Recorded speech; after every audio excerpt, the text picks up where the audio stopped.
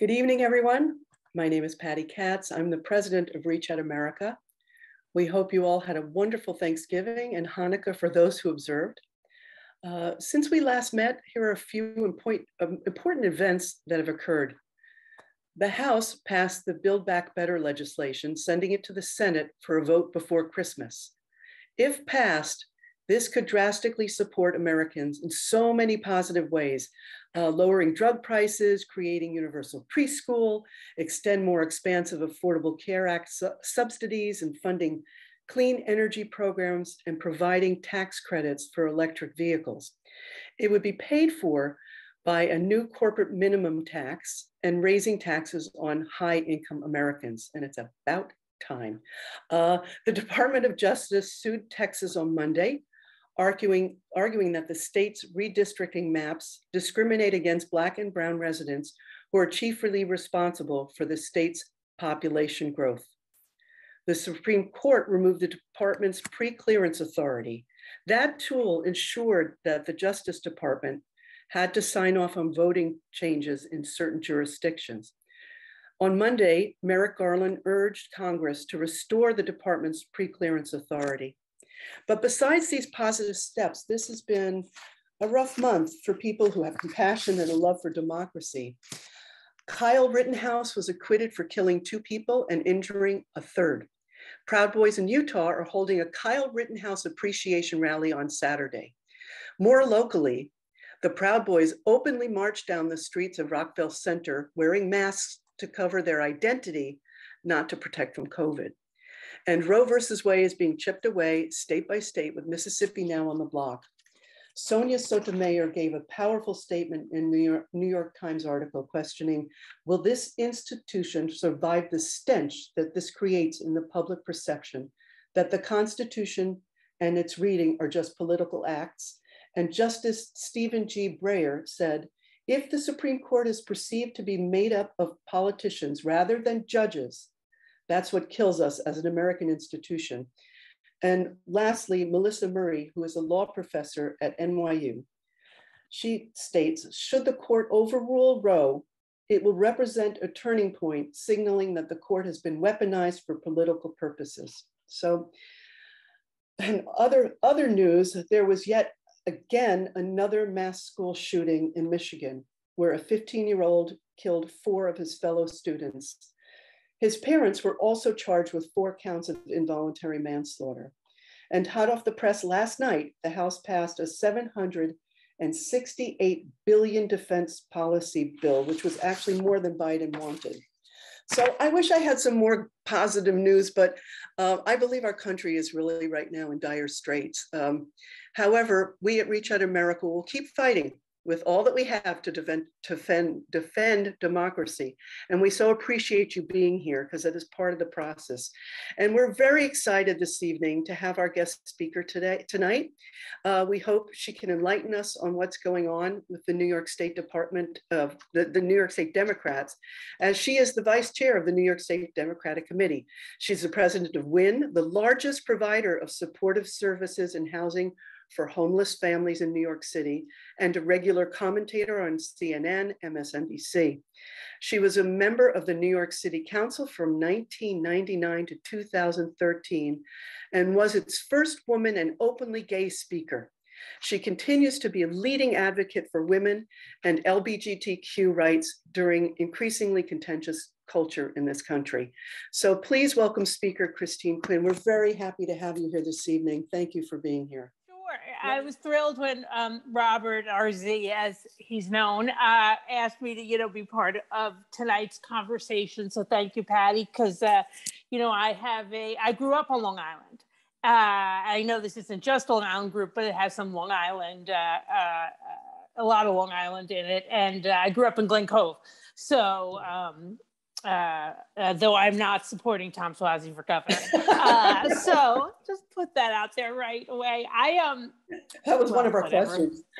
Yeah, no, I don't know what he's thinking. He's not going to, you never know who's going to win for sure, but it's so unlikely that he is going to win. But anyway, so, well, thank you also for kind of going through the highs and the lows of the recent time. And, you know, in addition to, and we don't know if it's a high or a low yet, all of the work that you talked about in the city here, we're of course in the middle of the transition to a new mayor, Mayor-elect Eric Adams. And it's interesting because while Governor Hochul is still in transition hiring people, now you have Eric doing it as well. So there's a real premium on qualified people.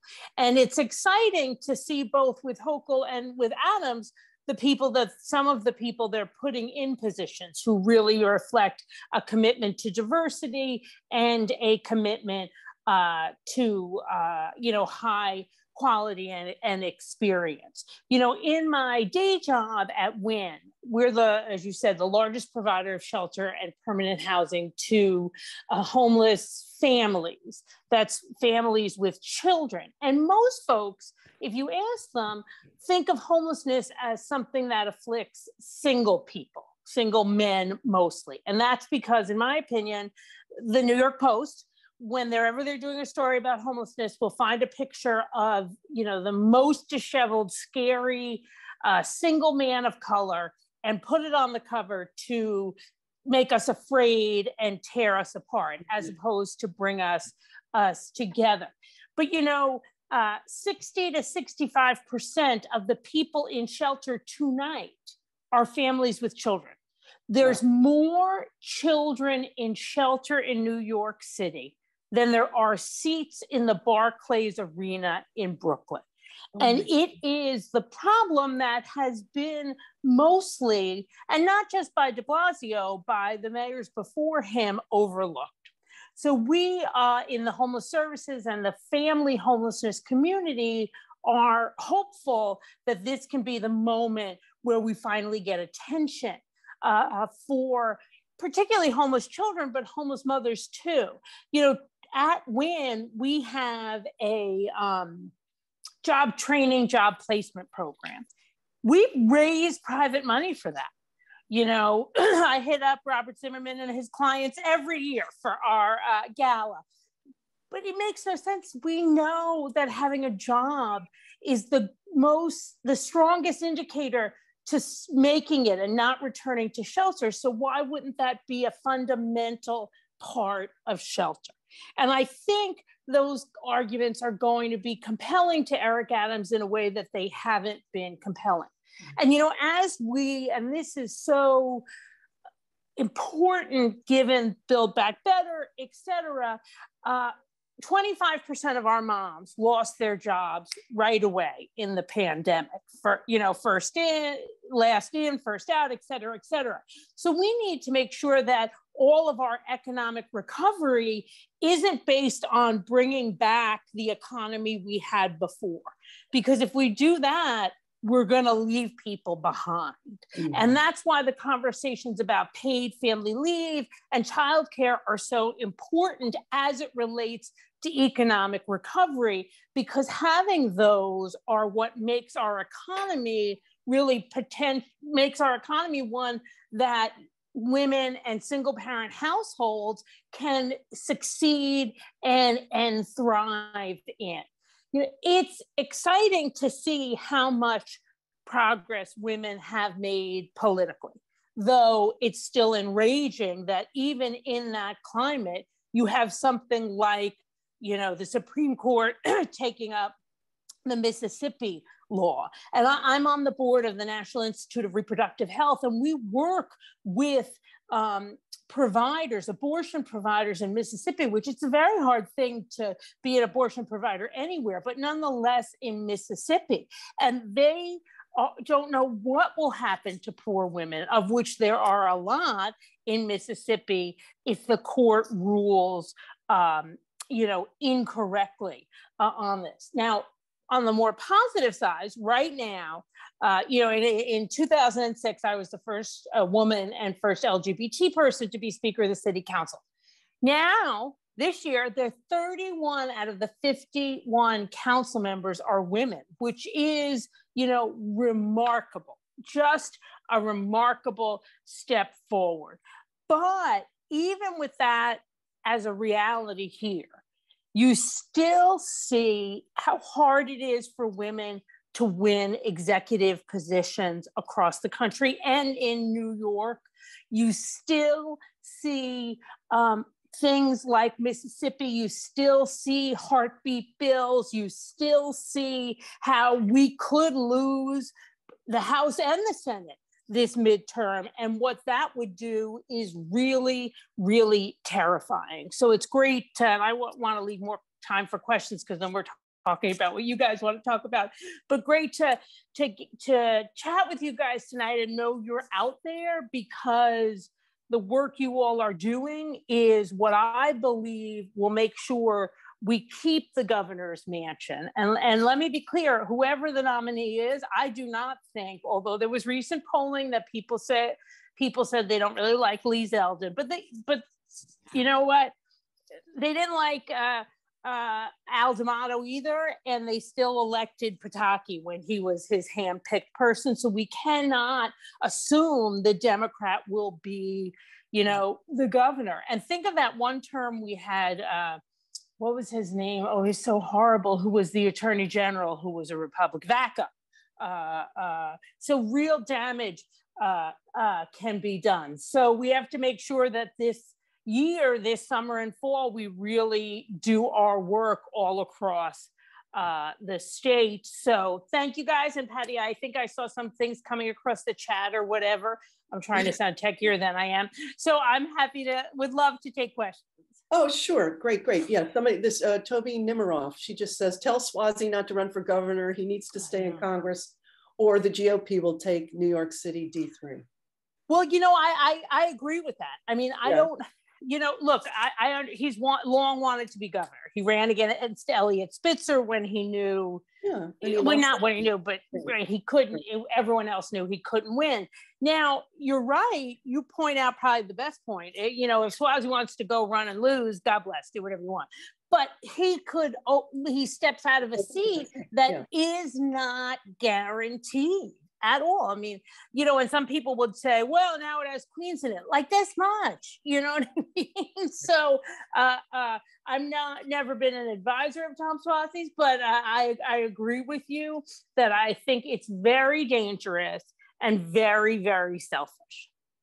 Yeah, well, I think, we at Reach Out America, I can speak for our executive board. I know that we were feeling very similar feelings.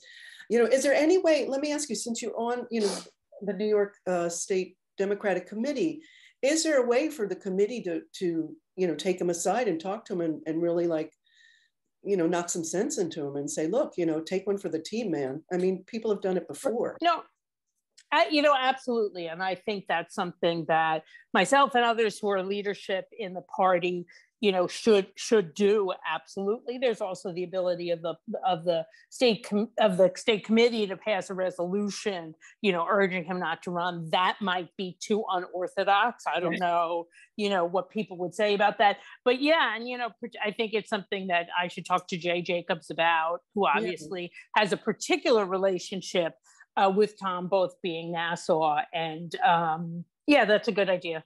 Yeah, because his polling numbers came out, and even in his own district, he's the last thing, which is very frightening. Yeah, I agree. To give up such an important seat at this point, we're all very worried about it. And I agree. And the suburbs are going to be an enormous focus of the Republicans.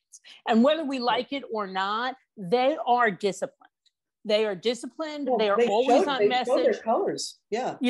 We just lost a lot of great officials. Oh my that God. were highly experienced, and the people coming in, most of them don't have any they're not. Some of them are running the big positions that have never been elected officials, and that's a little worrisome for all of us. No, I know. I really liked your county executive. Oh, I thought she was terrific. Yeah. She did a great job. She walked into, I think so. She walked into a really not a great, situation, and she really turned Nassau County around. There was people have been indicted. I think as of today, people just got sentenced to prison. So, you know, it's, you know. And Blakeman's just a rich guy. I don't really know him, and you know, so I hope he can do a wonderful job.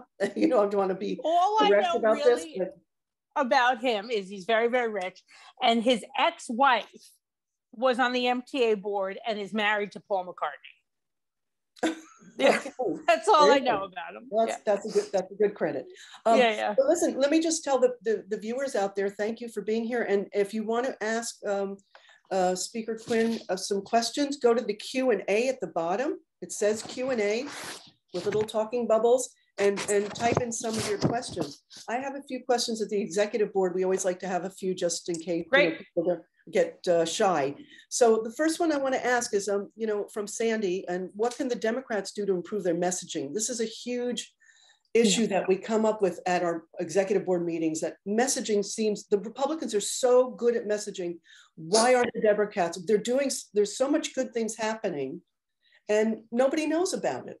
They don't really, you know, it's not coming through. So what are your thoughts on that? You know, I'm on the Democratic National Committee too, and we've had these conversations. And, you know, obviously people need to have the message that works in their district.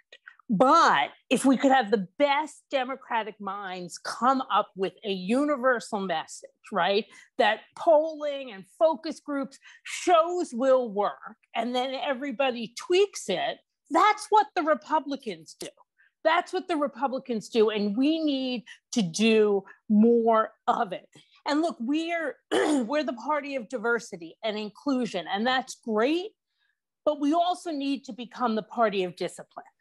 And that we have not had, and it costs us seats. I'm not saying people should take messages that they don't believe in, but people need to take messages that will win, not the ones that are going to make them feel, you know, the best. When I ran for mayor, I made one of the many mistakes I made was I wanted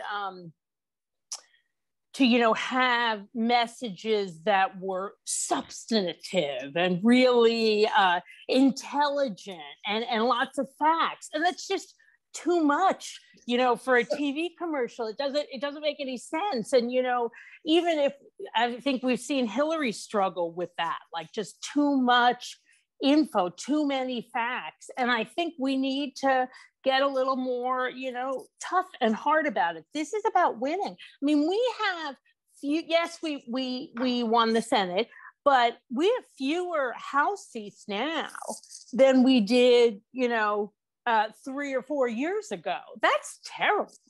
And you can see how hard Nancy has had to struggle at times because of that. No one's better than her, so she gets it done. And every time the talking heads are like, I don't know. It's like, have you seen the woman, please? But, you know, we have to change that. It's going to be the death of us. Yeah, well, you know, the other thing that I noticed in this last election was I would go onto an app on my phone, and just a little 10-second spot from a Republican would come up on the app, a little commercial. And I don't see Democrats going that modern and really using social media to the effect that the Republicans are doing.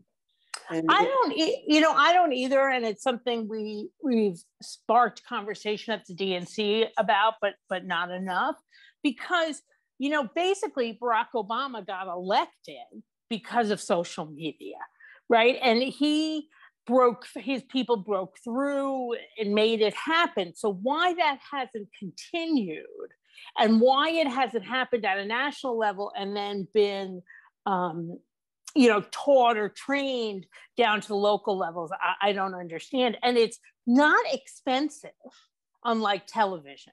And it's really, really effective. And you can really micro-target in a way that you cannot on television and radio. Right. I think it's really important. And since you're on the committee, you know, like spread the word. It's like hire a really great, it seems like the Republicans hire an excellent advertising agency, you know, and the Democrats don't. And it really should be doing that. You know, I think a lot of us had a question from the executive board. Are you planning on running for a position somewhere? Because you've done such a tremendous job. Oh, thank you. You know, I hope there's the opportunity someday. I mean, I love what I'm doing now. It is of service. It is helpful, and I've been able to bring my experience in advocacy and legislative work to the organization and to the family homelessness movement. And I think that's been really, really helpful to the movement and to the families. So like when I first started this, Stanford said, yeah, the agency said no. I was like, what do you mean they said no? Like, no, you don't take no. We're going to get them to yes. How are we going to get them to yes? Like when school started last year, the mayor had 200,000 free iPads. And he said, first kids who were going to get them were going to be the kids in shelter. It was 2 weeks into the pandemic before we got them. We only got them because there was a cover story in the New York Times, which Wynn got and embarrassed the mayor. So I love his job. That said, I love, being an elected official. I really loved the camaraderie of the kind of people who were in government and politics. And just, I loved how much you could, get done. I miss that. So I hope there's the opportunity to serve again. And if there is, I'll definitely try to seize it, but there just hasn't been the right one yet. But I hope so. But it is great watching the folks that win now become real advocates too. That's wonderful. That's great. Also, let's see. Harriet asked, who would you suggest for Swazi's seat in Congress if, let's say, he does continue to run? Well, I don't know who's even thinking of running, but I have one very, very great friend in Great Neck. So Robert. So if RZ runs, I'm, I'm going to be on the yeah. If he runs, I'm going to be on the Long Island Railroad a lot, coming out to help him, which would be fun. No one's more loyal, and no one deserves it more. Yeah, no one's, and also he has such a huge, ability to understand all the issues. He's really totally. Okay, so let's see. Okay, so Toby seems to be the only one asking questions here. So anybody else, please? But Toby says GOP messaging, their formula is two-part. One, denigrate the Democrats, okay, and this gives them time to spin part two, which is answer a version of the question asked that supports maximum use of related GOP talking points, and it's almost mindless and yet so appealing to the unfortunately vast number of deplorables. Thank you, Toby. Okay. Yeah, well, but Toby makes a really good point in that the Republicans attack and go negative. And we don't ever want to go negative. When they go low, we want to go high. And I of course, theoretically, philosophically agree with the former First Lady, but sometimes you have to go negative, and it's critical. But the thing that makes the difference is the follow-up, right, that Toby talked about. Because just the negative can leave you sometimes a little confused, because you can't always in one ad clarify all of what the negative is. But if you can follow up with the talking points and the messages, then it makes a big, big difference. And that we have to get over ourselves too. We're just not that, we're not, is this politics? This is politics. We're not running for the Mother Teresa medal. This is politics. Someone asked Robert who. It's Robert Zimmerman in Great Neck. Oh yes, Robert Zimmerman. He's fantastic. Yeah. He is fantastic. So that being said, just continuing with this thought, Rita asked, do you think that Trump is responsible for candidates and electeds getting a pass despite their histories of harassment and abuse? And we're seeing this all the time. Look, there's so many Republicans that have committed all of these crimes, or they're still in office, nothing's happened, and then somebody like Al Franken does something when he was a comedian, and he resigns in 2 minutes. So the Democrats, to me, all of us, we go, why do Democrats do that? Well, I know we want to take the high road, but you're right. We're not getting sainthood, and we're losing great officials. And meanwhile, with this whole Trump era, you've got all these people that are that are, you know, breaking laws, and they're still in their seats. Nothing happens. You know, Trump has simultaneously lowered and raised the bar. You know, he's lowered the bar so those who are close to him, who've done illegal things, have gotten away with it, you know, and will continue to get away with it in many, many cases because he's popular in their home state. They're not even getting prosecuted. But the Democrats, our response to him lowering the bar is to be even more vigilant. And at times, the Franken example being a good one, being overly vigilant about negative acts. So it's amazing. I mean, you know, he's a very unintelligent man, although he's smart like a fox. You know what I mean? And this is an example of that. He's found almost like a protection wall for his people. And then we've kind of jumped off that wall and, you know, took our people with us. Right. That's who's this? Robin Bernstein asks, what will Trump be? When will Trump be prosecuted? Which prosecutor will do it? We know that Letitia James was our speaker. Yeah. And she explained to us that she's working on that. It could absolutely be the U.S. attorney. I think it'll end up being Tish James's office, and I think it will be as soon as she possibly can. I don't think she would, because I know Tish from the council, I don't think she would change the timing of a case because of politics. I don't, but I just think sooner the better, given, you know, while he's still saying he's running, et cetera, because that can change. But I think it'll be Tish, and I think it'll be soon. Okay, we hope so. Yeah, no, I know.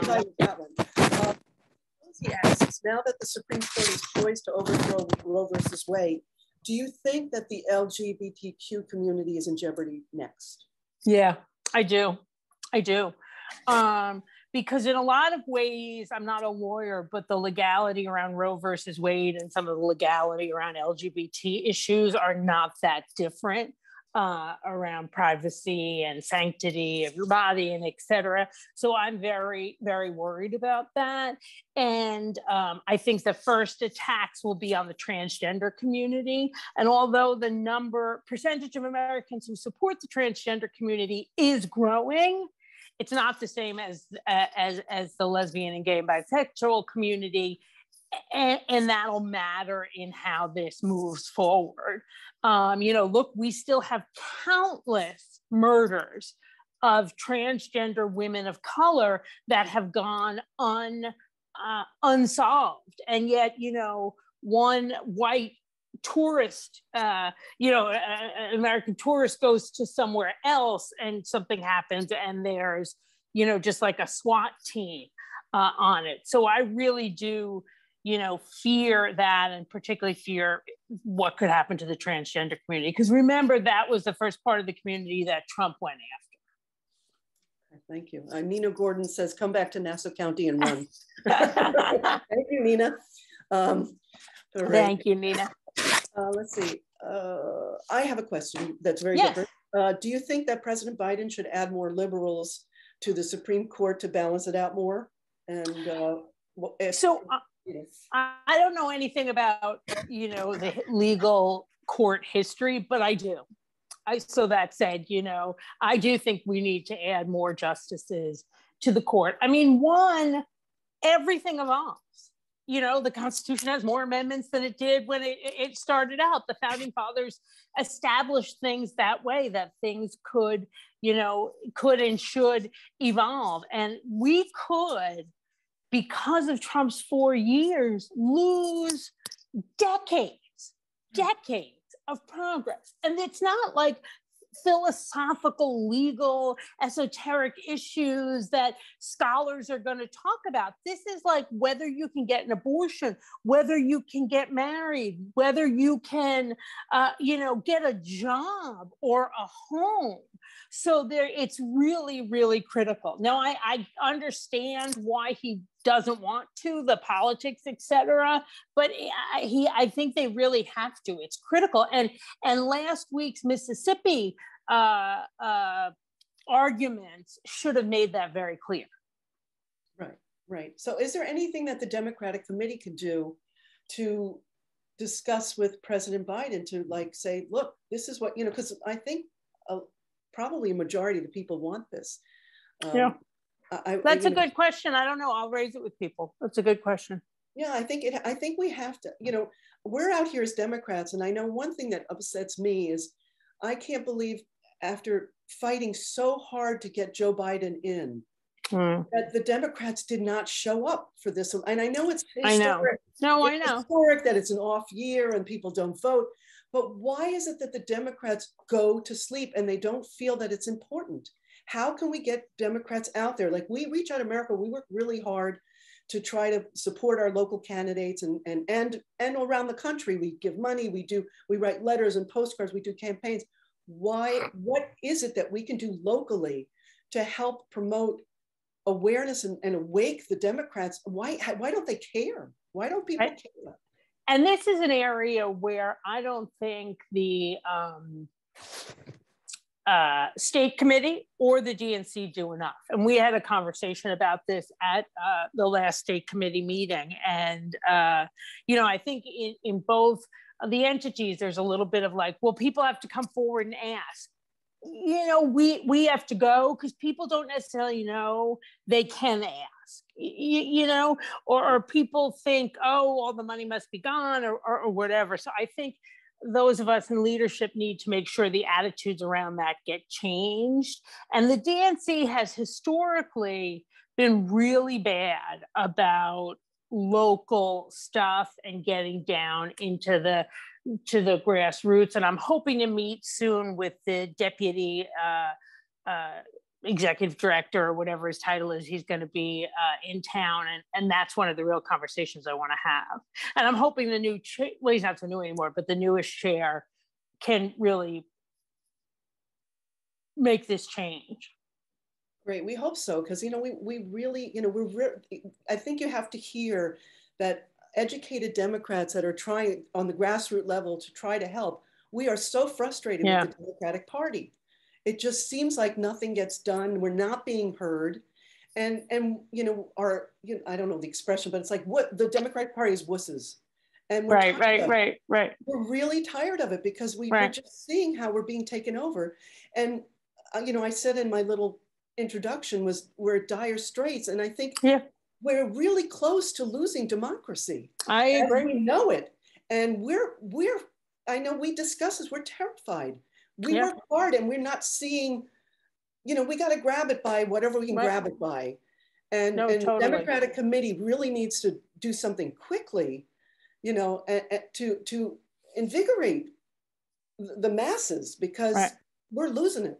And this is what I have questions here. Okay, sorry. No, it's not sorry. I said I want to avoid asking them because they're so upsetting to me. But here's Jeanette's question. Based on recent election results, as well as reports coming from the media, it would seem that the Democrats are going to face a very rocky road in 2024. How do we view the situation? What is our best approach in order to keep a Democratic majority?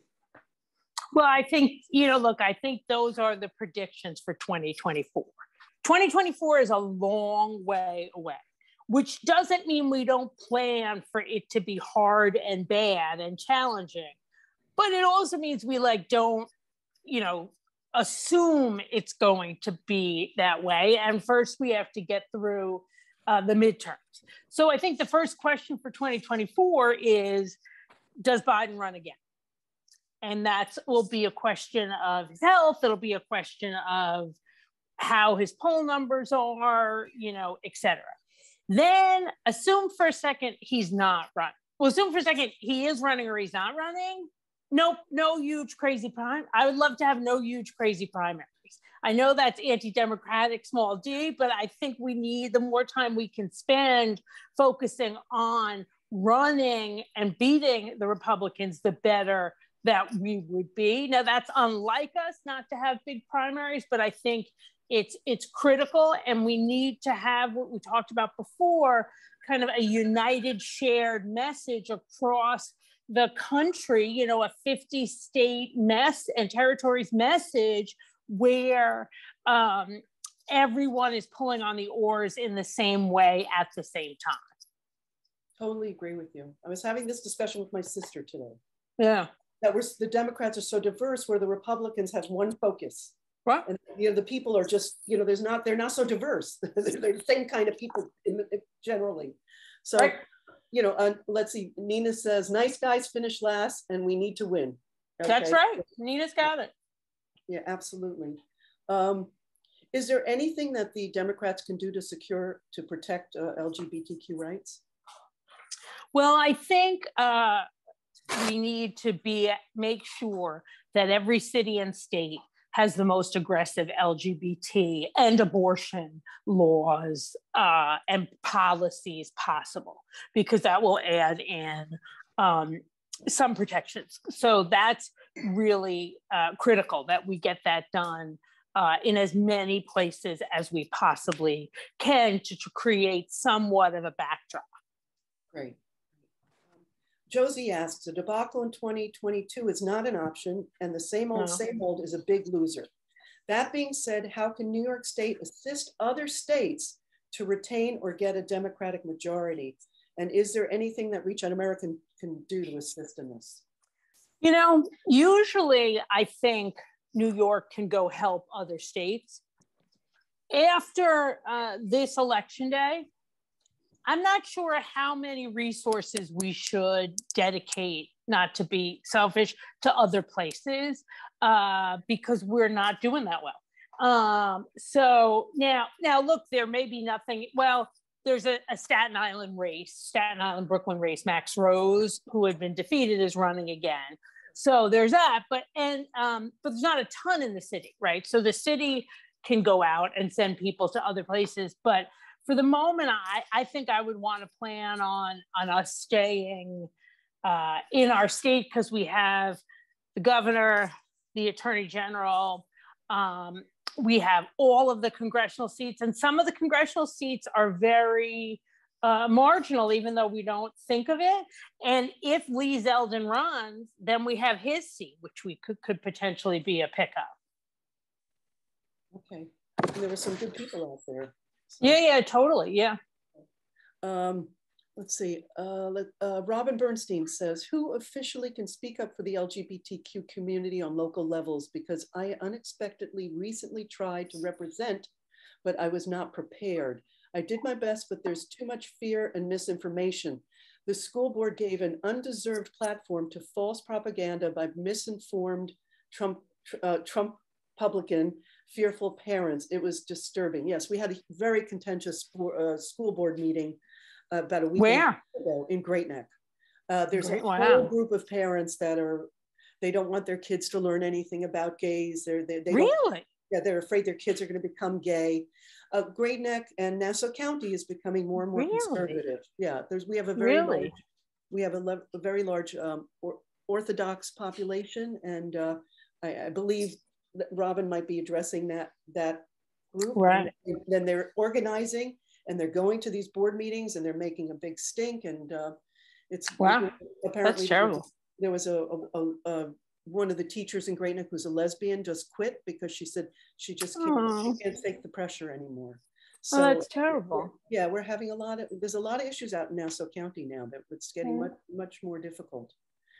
Well, Robin, thank you for stepping up and representing when there wasn't somebody from the community there. I really appreciate that, as I'm sure the LGBT folks in Nassau County do. There's a LGBT organization with staff. I think it's called the Network, but it would be easy to find. So they would be the place that I would start.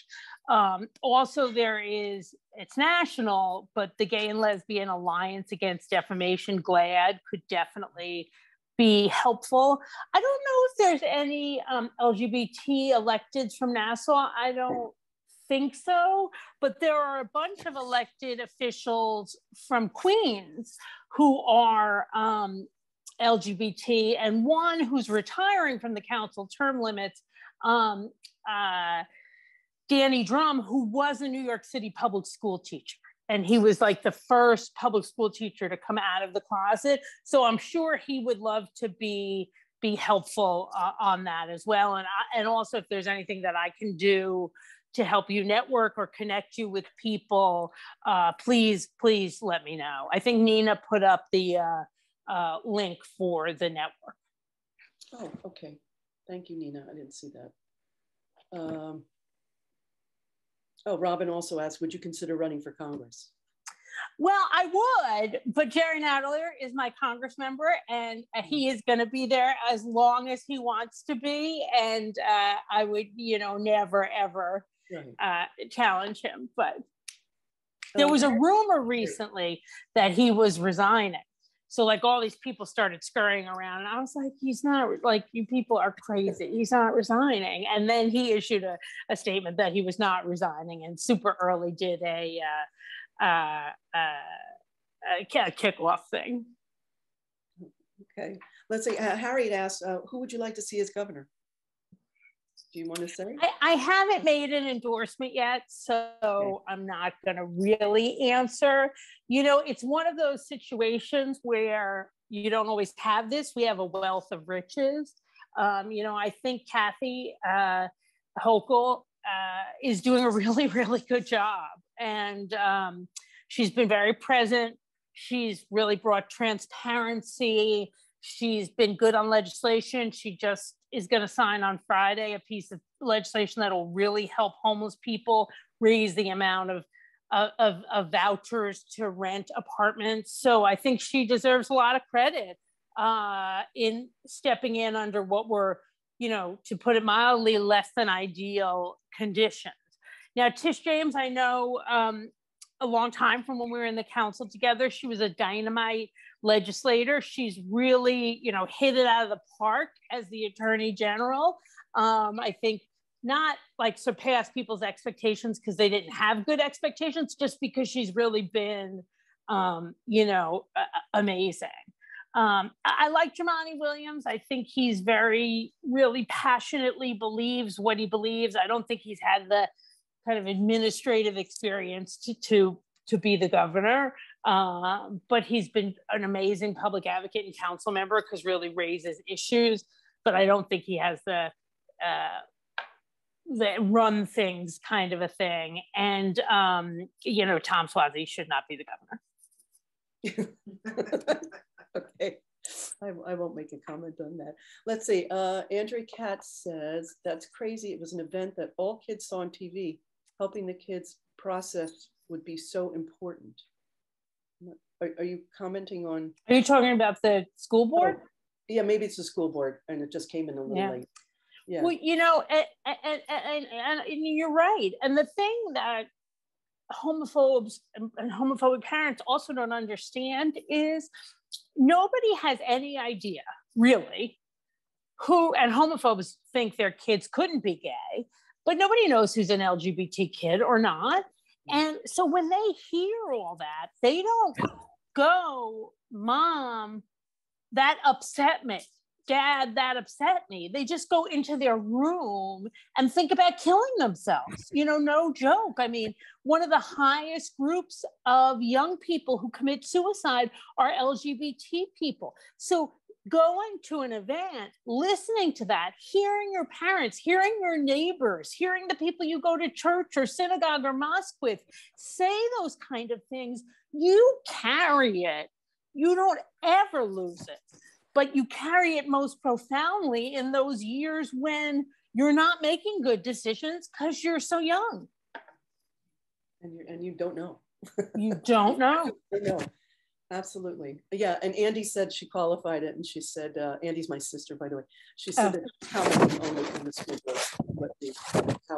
board. Toby had said, very troubling. I know a former teacher at the Great Neck North High School whose principal forbade her to discuss the events of 1/6, that must have been at the- Really? With her social studies class. Oh, of the January 6th, excuse me. Wow. That's the comment, which is crazy because everybody did see it on TV. Andy's yeah.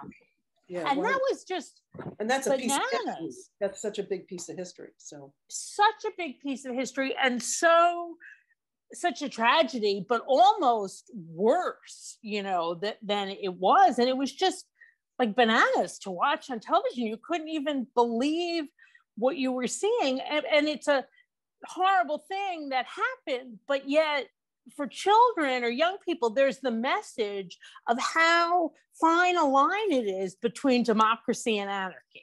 And that, as you were saying, Patty, the democracy can just really, like that, even in the United States of America, vanish.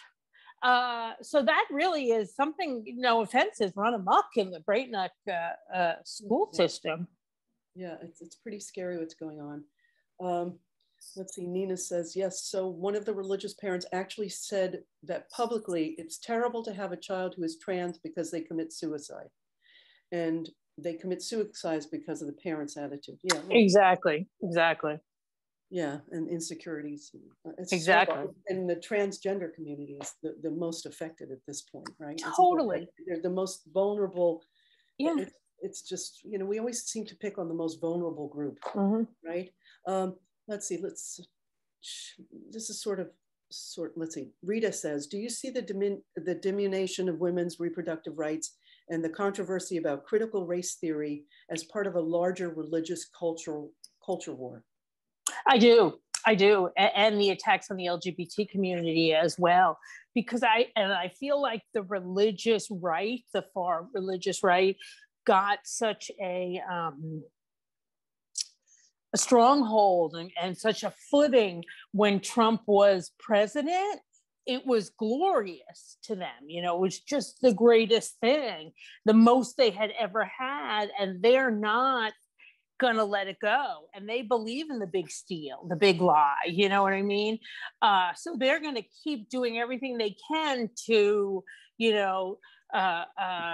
prime the pump. So when, he runs again, everybody is all jazzed up. And even if he doesn't run, it's very dangerous. It's very, very dangerous because, I said with LGBT kids, they don't have anybody to talk to when they go home. But kids of color, when they see all these attacks on critical race theory, although they can, go home and theoretically talk to their parents who are, the same race as they are, it's still traumatizing to have, it appear that society is against you. And, if you're a young person and there's one item on your Twitter or your Instagram or your Facebook or whatever, it must seem like every billboard in Times Square it is about this, so because they don't have any ability to process how much coverage something is or it isn't.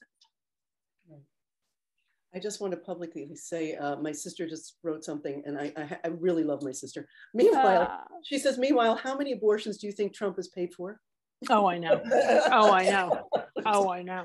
Thank you, Andy. Okay, I have. One of the reasons I think he didn't want to give his taxes out was I think he was probably a huge donor to Planned Parenthood, and he didn't want anybody to ever see that. That's a good point. You're probably right. He used to be much more democratic. So, totally. So you're probably right. We'll do. You're good for one more question? Yeah, sure, as many as you want. Okay, great, thanks. Let's see, Sandy writes, who among the current Dems who hold office do you see as the next big personality? I think that's a wonderful question. It is a good question.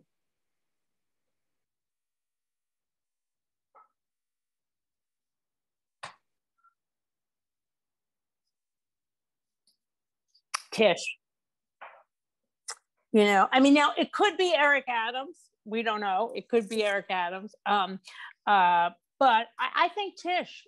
I think now if she's that, whatever, let's say she's still the Attorney General, I think Tish has the ability, given her life story and experiences, to really break out and be that next big personality. I don't think we've seen it yet because I think she's been spending time working so hard to prove to people she could be the Attorney General, because there was so many attempts to discredit her when she ran. But I think it could be Tish. Yeah, and I have to just add, she was our guest speaker for our fundraiser in June, and it was cool. It was actually our only meeting that we had. It just out of pocket with COVID where we all met. And it was a beautiful event. And she was so engaging and so yeah. humble. There was a humbleness and accessibility about her, besides the fact that she knows so much and has really great experience.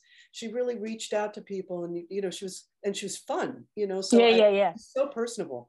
And so I think she won all of us over. We were like, yeah, we're voting for her, you know. So I wouldn't be surprised if she's one of the next big people there. I agree. But I want to thank you so much. Oh, thank you guys. And this went very quickly. You know, I really appreciate you being here. I just want to thank everybody else that was here as well. You know, I just want to do a little Reach Out America stuff. Yeah, we'd love you to come back. Sure, absolutely. Absolutely. Because this was just terrific. And I'm sure we have a lot more questions to ask you, and your wealth of information. So we so appreciate it. Absolutely. No, I'd love to. And if you ever plan on running, please let us know. I'll let you know. I promise. I'm sure we'll be right there for you. So we'd really appreciate it. But let me just do a little business and just, you know, want to thank everybody for being here and let you know that we hope you'll join us next month on January 12th at 7 p.m. for our guest was Lucien K. Truscott IV. He's a direct descendant of Thomas Jefferson, an esteemed writer and journalist. He spoke with us before. He's fantastic. His view on politics and what's going on is just very unique, and he's very entrenched in it. So please join us. Don't forget to vote locally next Tuesday from 12 to 9 p.m. for the sewer district and for the park district. And wishing everybody very happy holidays, a very joyous and healthy new year to all. And thank you again, Speaker Quinn. Thank you. Bye. Thank you so much. Have a good night, everyone. Bye-bye.